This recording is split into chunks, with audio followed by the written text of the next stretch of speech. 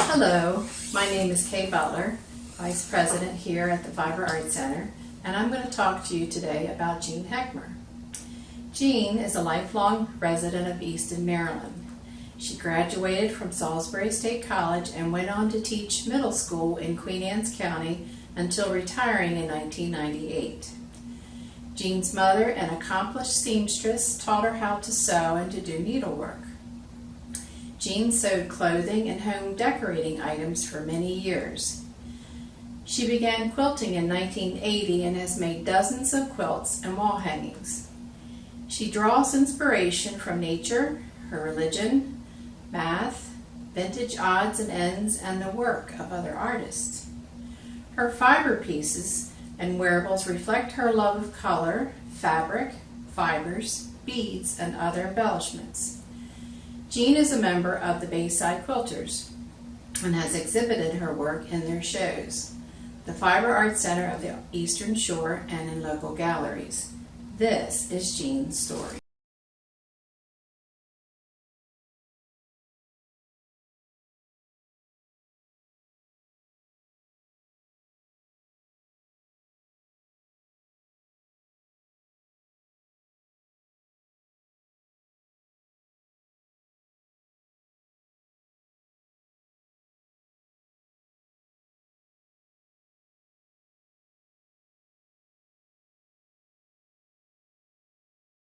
Hi, it's Kathleen from the Fiber Arts Center of the Eastern Shore, and I'm here with a quilting artist named Jeanne Hechmer in Easton, Maryland. And we're going to learn a lot about art, quilting, and embellishing, and just taking a step on the wild side with Jeanne. So, Jeanne, thanks for having me in your place. It's beautiful, and I have loved photographing your quilts. They're wow. So, can you tell me a little bit about your life and times in and around Easton? How did you come to live here?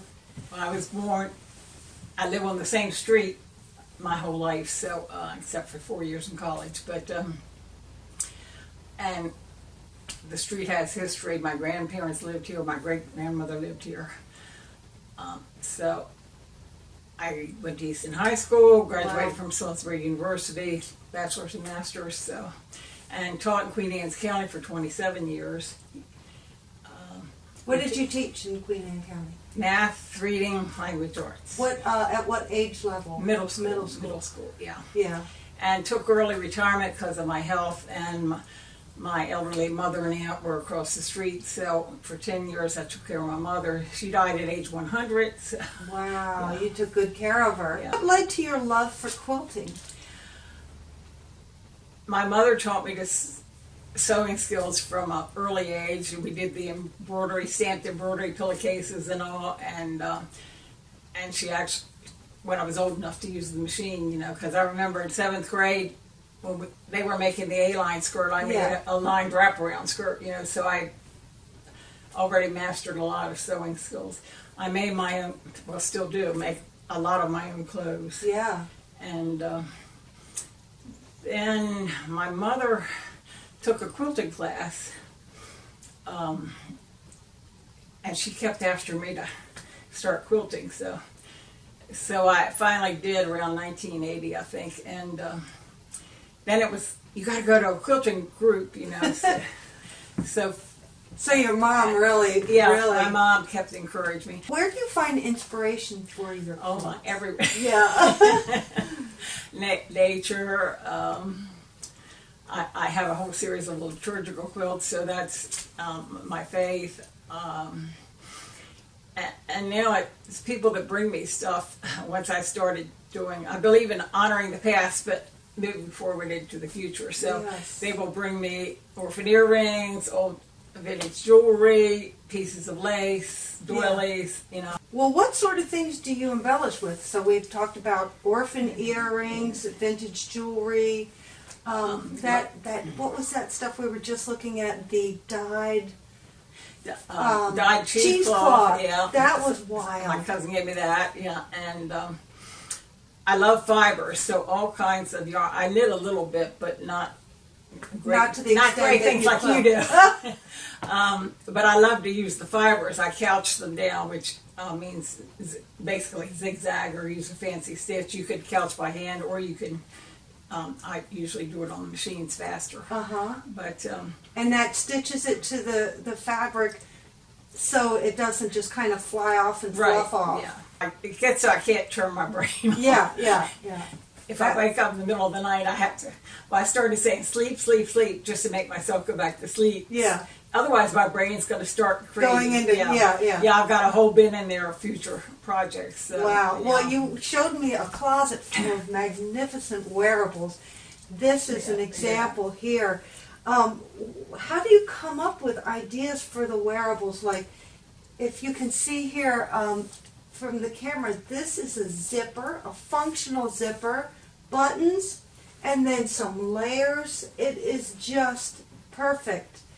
And then you have this trim. And then along the way, I sewed a lot of home deck curtains and that kind of pillows and that kind of things. And so all that gets incorporated. Yeah. It's like your bag of experiences. They told us for teaching reading, if kids don't have a bag of experiences, they're not going to know what they're reading about. Yeah.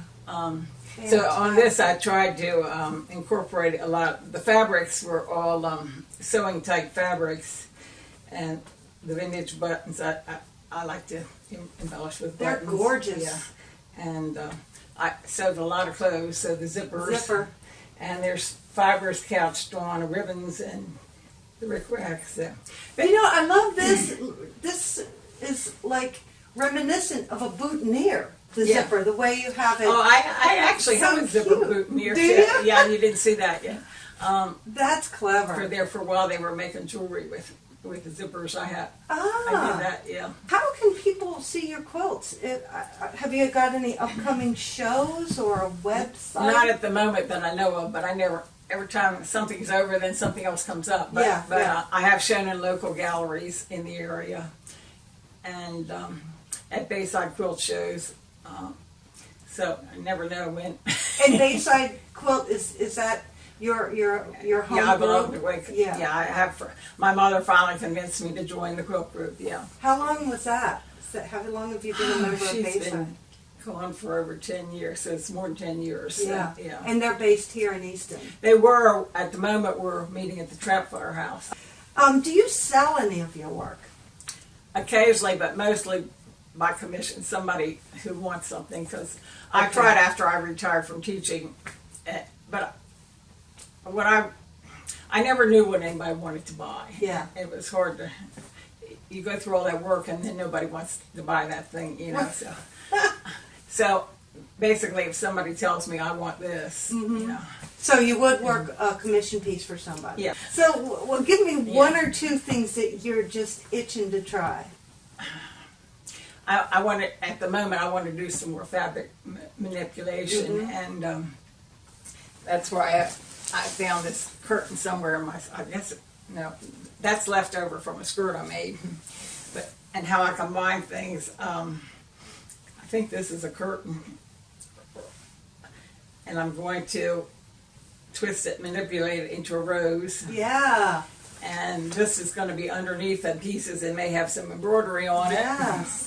And then I went through my stash, and there may be some traditional quilt blocks. So I got out a book, and there is a Maryland related rose pattern. You're kidding? That's going to be neat. The Barbara Fritchie Uh-huh. rose, and she was important in Frederick, Maryland. So, but I've had this for a long time, so this is going to be part of it. I just love.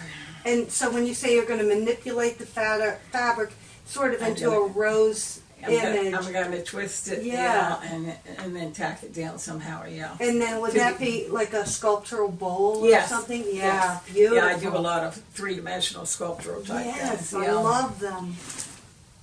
So then I had to look for backings. This is going to be the binding, I think. So Yeah, look at that. That picks that up. these are some of my mother's beads that I restrung and put 2 or 3 different ones together to make it more interesting. Oh, that'll be so pretty, like in through the In leaves. a row or something. Yeah. Yeah, so that's going on there somehow. Well, lastly, what about quilting and designing and sculpting and all your just your design work? What about all of this process makes you just feel so happy? The designing part, is my favorite. Yeah. Fabric and creating brings me joy and Yeah. and it amazes me because I had no art background. We rarely had any kind of art when I was in school, and I guess in high school I was into music things. Yeah. Because I didn't take the art elective, I took the music things. So it amazes me when people call me an artist. Yeah, absolutely. Because I remember in third grade we did paper mache animals. Yeah, I Mine was remember supposed to that. be a cow. Mine was supposed to be a horse, but it was so lumpy. The teacher said, "Make it into a camel." Everybody faces knows me now, so Yeah. The Fiber Arts Center, so you can contact any of them. Yeah. They can get a hold of me. So Absolutely, and we're going to work on that second show because okay. these beauties must be seen. Thank So you. thank you so much. Oh, you're welcome. Okay. Yeah.